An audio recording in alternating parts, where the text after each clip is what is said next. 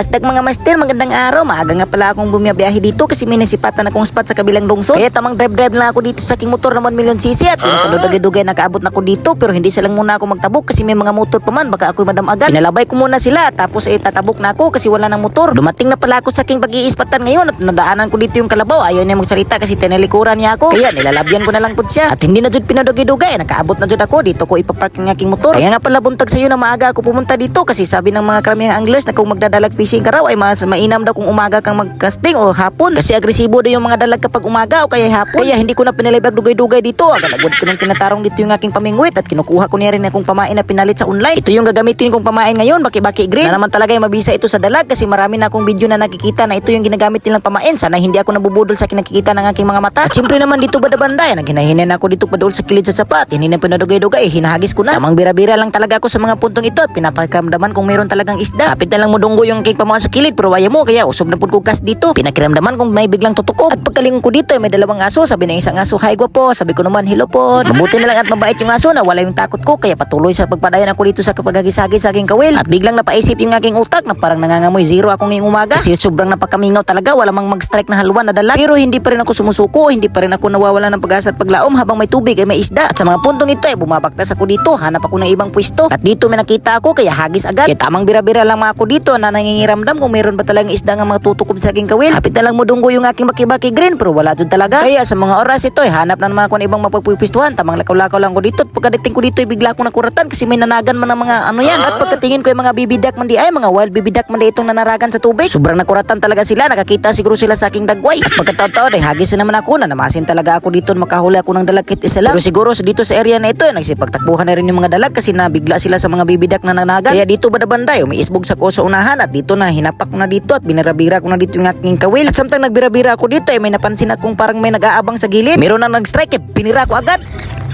Yay!